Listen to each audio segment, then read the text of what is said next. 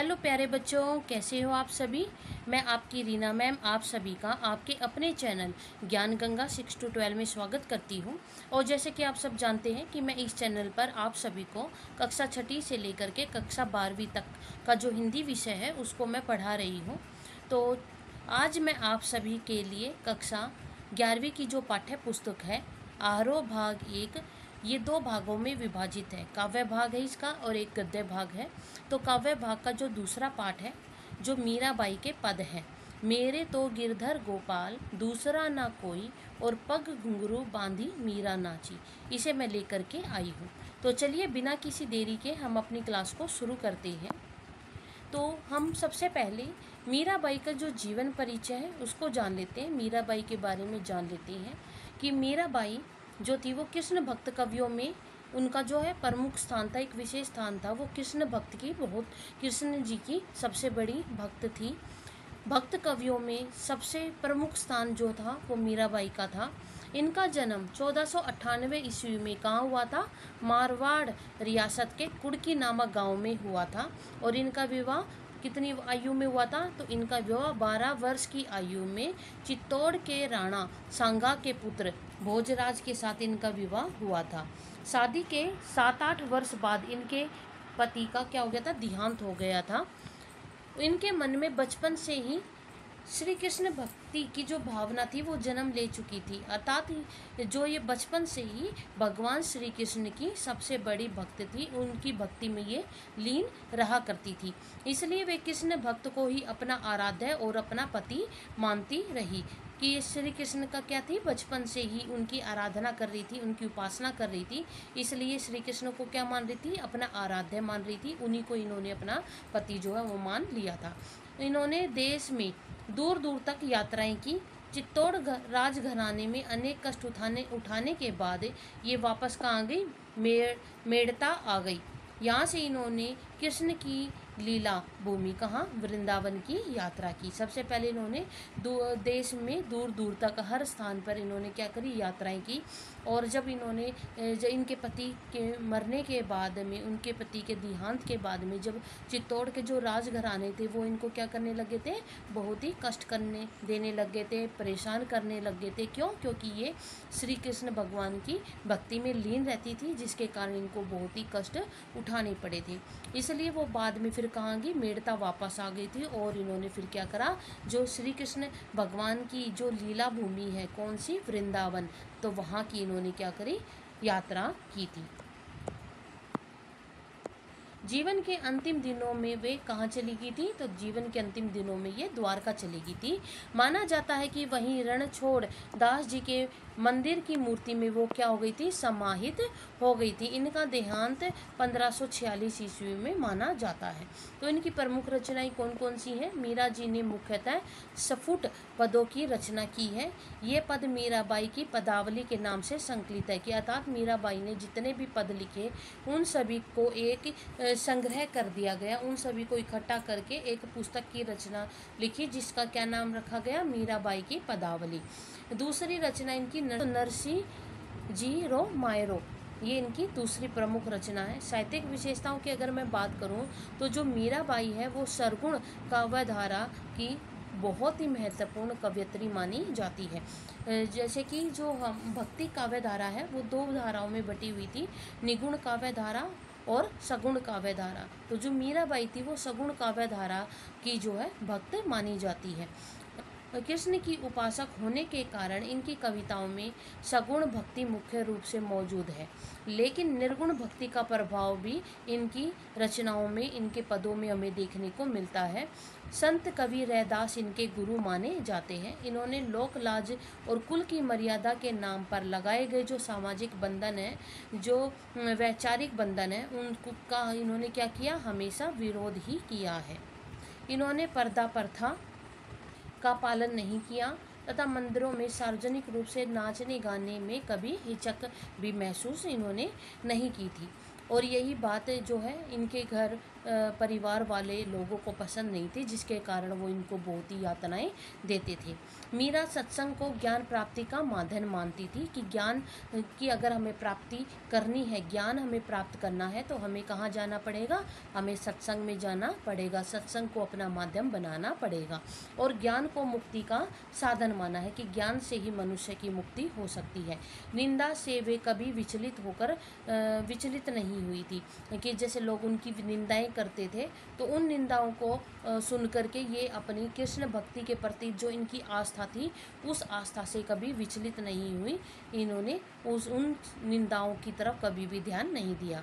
वे उस युग में रूढ़िग्रस्त समाज में स्त्री मुक्ति की आवाज़ बनकर उभरी थी कि जिस प्रकार का समाज था कि महिलाओं के ऊपर अनेक प्रकार के सामाजिक बंधन लगे हुए थे, तो उन समय में, उस युग में जो है मीराबाई ने जो सामाजिक बंधन है उनको क्या करा, उनको तोड़ा है, उनका कभी भी पालन नहीं किया। तो इस प्रकार से जो मीराबाई है उस समाज में, जो ग्रस्त समाज से, जो रूढ़ी परंपराओं से, अंधविश्वासों से, मान्यताओं से भरा हुआ था, उस समाज में जो मीराबाई है वो स्त्री की मुक्ति की आवाज़ बन करके उभरी थी। भाषा शैली की मैं बात करूँ तो मीराबाई की कविताओं में प्रेम की गंभीर अभिव्यंजना, उसमें विरह की वेदना है और मिलन का उत्साह भी है। इनकी कविताओं में सादगी है, सरलता है। इन्होंने मुक्तक के पदों की रचनाएं की है। इनके पद लोक व सांस्कृतिक संगीत दोनों ही क्षेत्रों में बहुत ही लोकप्रिय रही हैं। इनकी जो भाषा थी वो कैसी थी, इनकी भाषा मूलतः राजस्थानी थी तथा कहीं कहीं ब्रज भाषा का प्रभाव भी इनकी रचनाओं में, इनके पदों में हमें देखने को मिलता है। कृष्ण के प्रेम की दीवानी मीरा पर सूफियों के प्रभाव को भी देखा जा सकता है। तो ये जो है, अभी तक हमने मीराबाई के जीवन के बारे में जाना, उनकी रचनाओं के बारे में, उनकी साहित्यिक शैली के बारे में, उनकी भाषा के बारे में हमने जाना।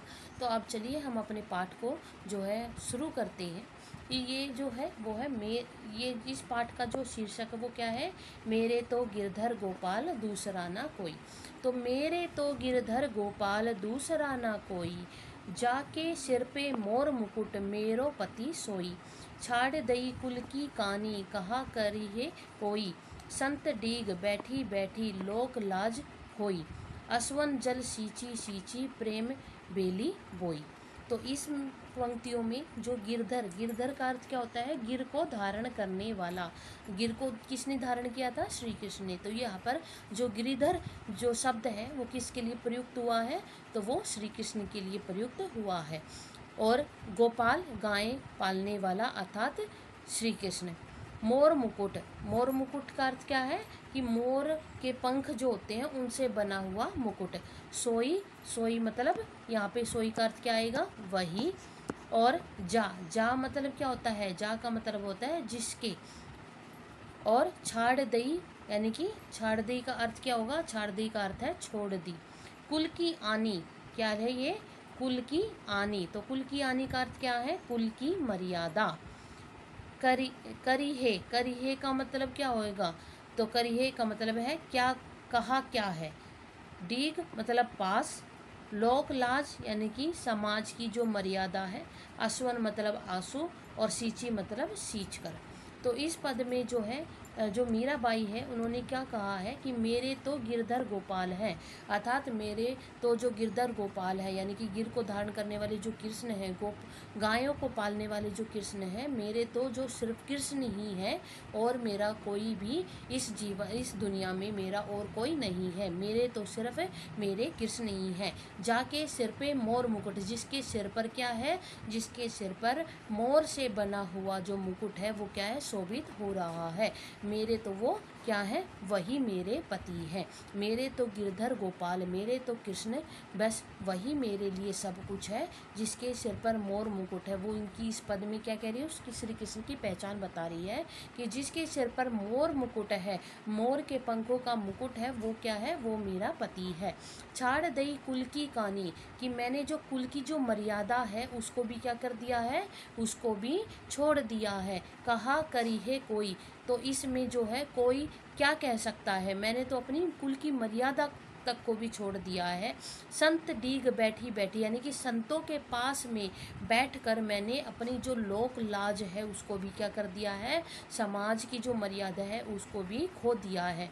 अश्वन जल सींची सींची, मतलब आँखों के जो पानी है, जो मेरे अश्व है, उनसे मैंने क्या करा है, प्रेम बेली, जो प्रेम की जो बेल है उसको क्या है, बोया है। मैंने अपने आँखों के पानी से, अर्थात मैंने अपने अश्वों से मैंने अपनी प्रेम रूपी जो बेल है उसको सींचा है, उसको बोया है। तो इस पद में जो है मीराबाई यही कह रही हैं।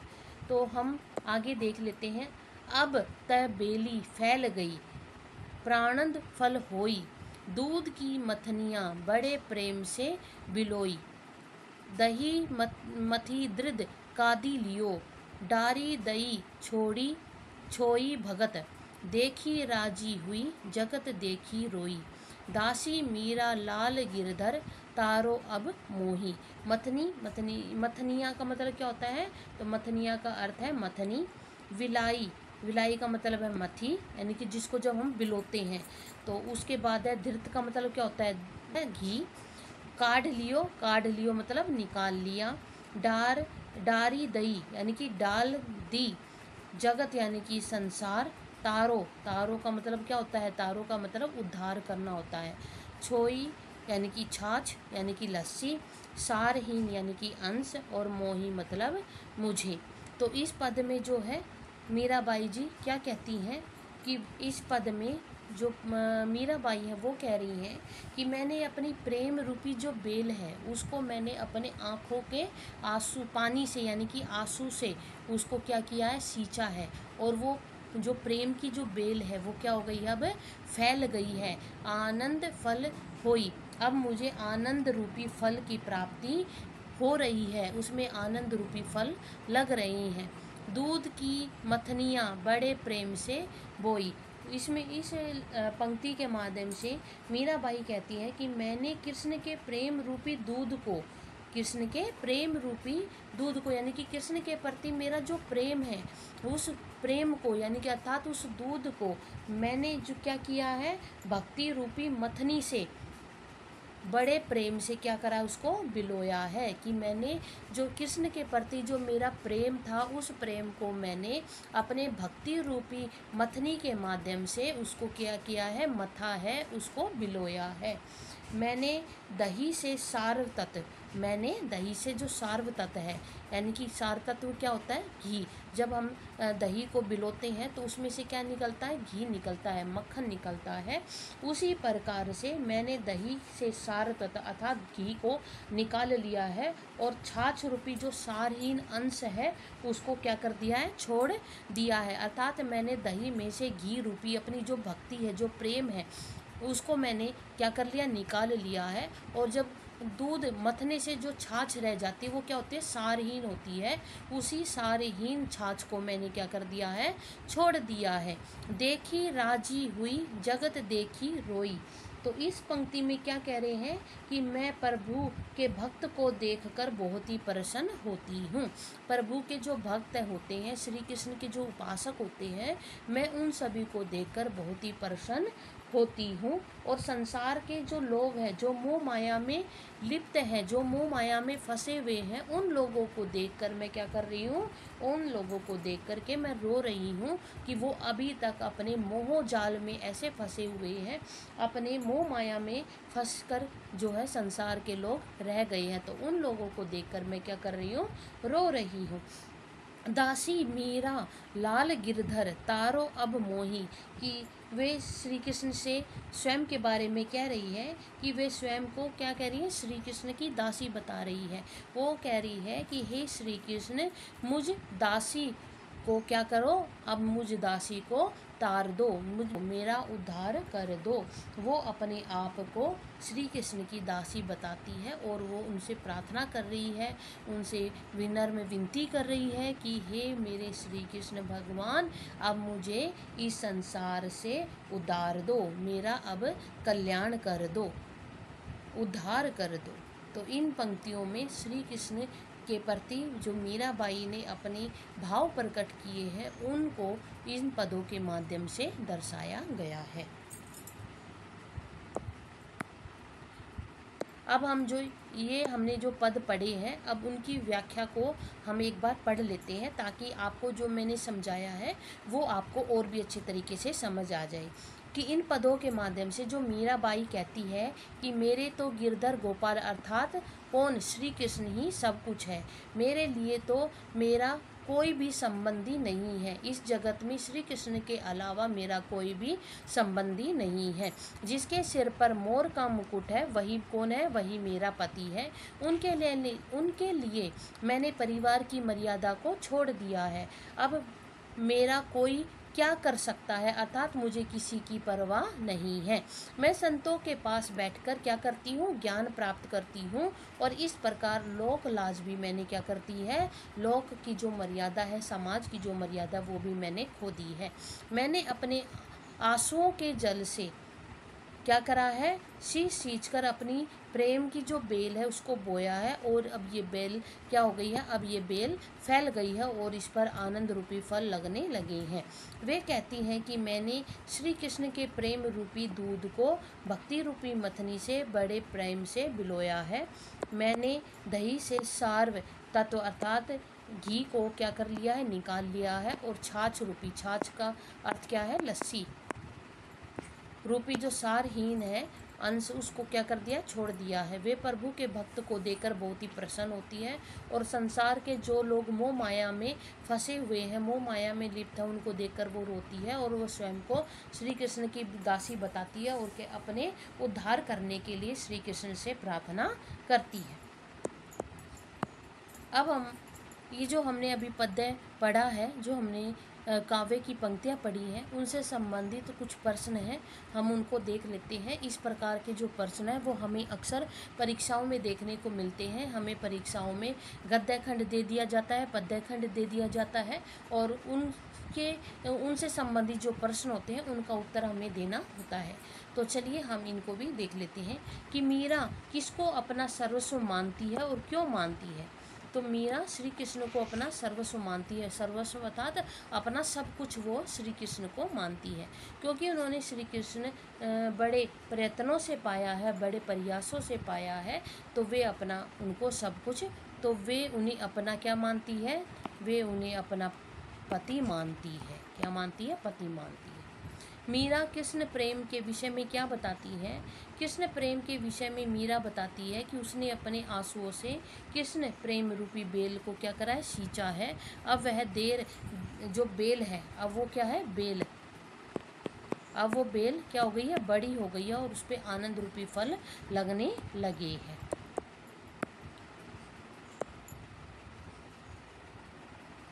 अगला प्रश्न है, मीरा के रोने और खुश होने का क्या कारण है। मीरा भक्तों को देखकर तो क्या होती है, खुश होती है, प्रसन्न होती है, और संसार के अज्ञान व दुर्दशा को देख करके वो क्या कर रही है, रो रही है। यानी कि संसार में उन लोगों को देखकर रो रही है जो मोह माया के बंधनों में फंसे हुए हैं, जो अज्ञानतावश दुर्भाग्य से मोह माया में फंस गए हैं, उन लोगों को देख करके मीराबाई क्या कर रही है, रो रही है।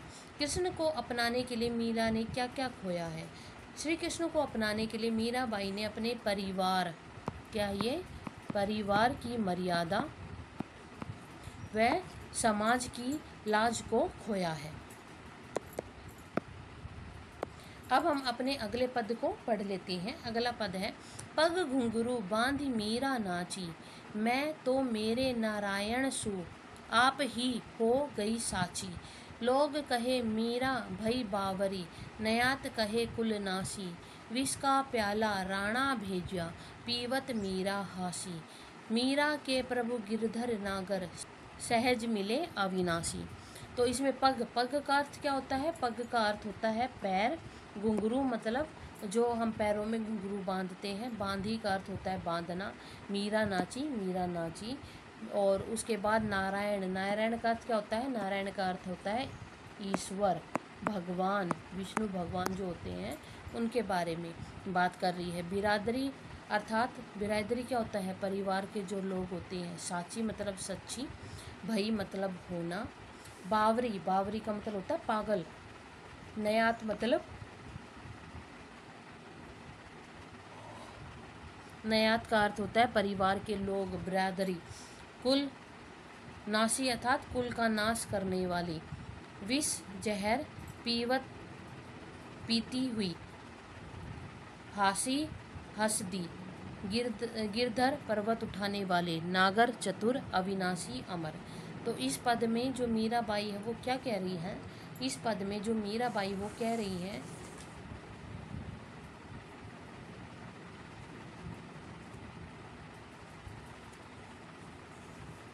मीराबाई कह रही है कि वह पैरों में घुंघरू बांधकर श्री कृष्ण के सामने क्या कर रही है? नाच रही है। पग घुंघरू बांधी मीरा नाची। मीराबाई कह रही है कि वो अपने पैरों में घुंघरू बांधकर श्री कृष्ण के सामने क्या कर रही है? नाच रही है। मेरे नारायण सु आप नहीं हो गई साची।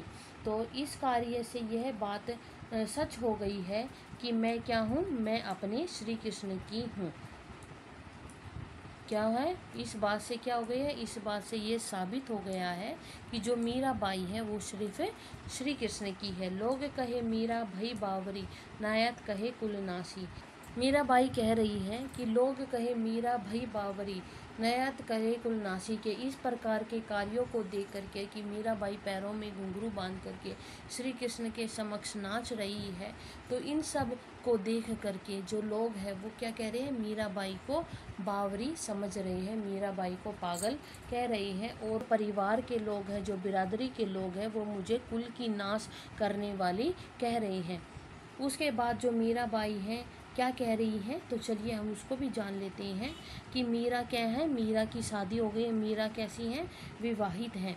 और विष का प्याला राणा भेजा, पीवत मीरा हासी, कि यह कार्य कुल की मान मर्यादाओं के बिल्कुल विरुद्ध है।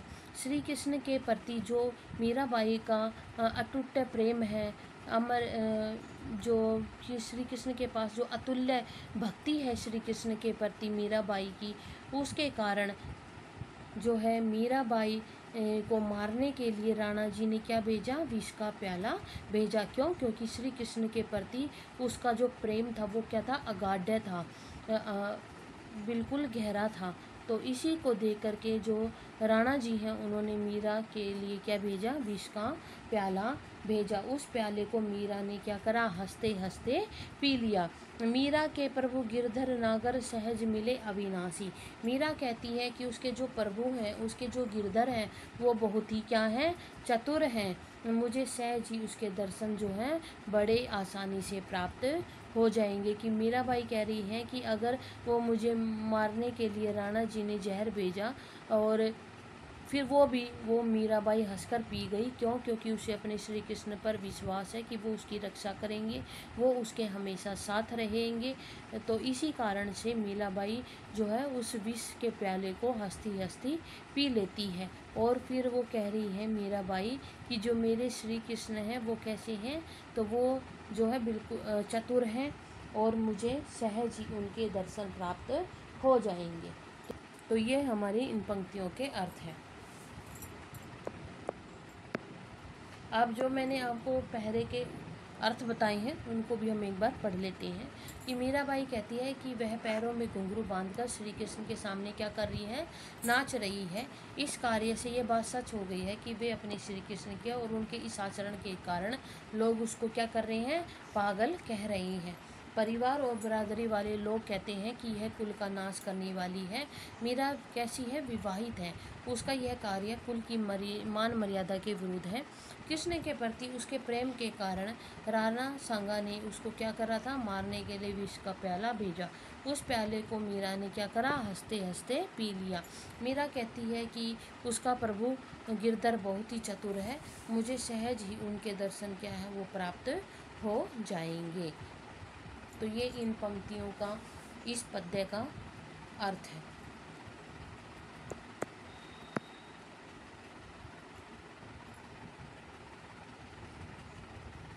तो इस पद्य से संबंधित जो प्रश्न हैं हम उनको भी कर लेते हैं।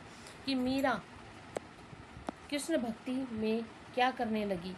मीरा कृष्ण भक्ति में अपने पैरों में घुंघरू बांधकर किसके सामने नाचने लगी? वे कृष्ण प्रेम में क्या हो गई? खो गई। मीरा लोग को बावरी क्यों कहते हैं? कि मीरा को लोग बावरी इसलिए कहते हैं क्योंकि वो क्या है, विवाहित है। उसके बावजूद भी कृष्ण को क्या कर रही है, अपना पति मानती है। वे लोक लाज को छोड़कर मंदिरों में कृष्ण मूर्ति के सामने नाचती है। तात्कालीन समाज के लिए यह जो कार्य वो कैसा है, मर्यादा के विरुद्ध है। अब हम अपने अगले प्रश्न को देखते हैं। हमारा अगला प्रश्न है कि राणा ने मीरा के लिए क्या भेजा तथा क्यों। राणा ने मीरा के कृष्ण प्रेम को देखते हुए उन्हें मारने के लिए विष का प्याला भेजा। वह अपने परिवार का पान नहीं करवाना चाहता था। मीरा ने उस प्याले को क्या करा, फिर पी भी लिया। सहज मिले अविनाशी, इस पंक्ति का आशय क्या है, तो इसका अर्थ है कि जो श्री कृष्ण भगवान है, उनसे जो सच्चा प्रेम करता है उसे भगवान बिल्कुल आसानी से, बिल्कुल सहजता से प्राप्त हो जाते हैं।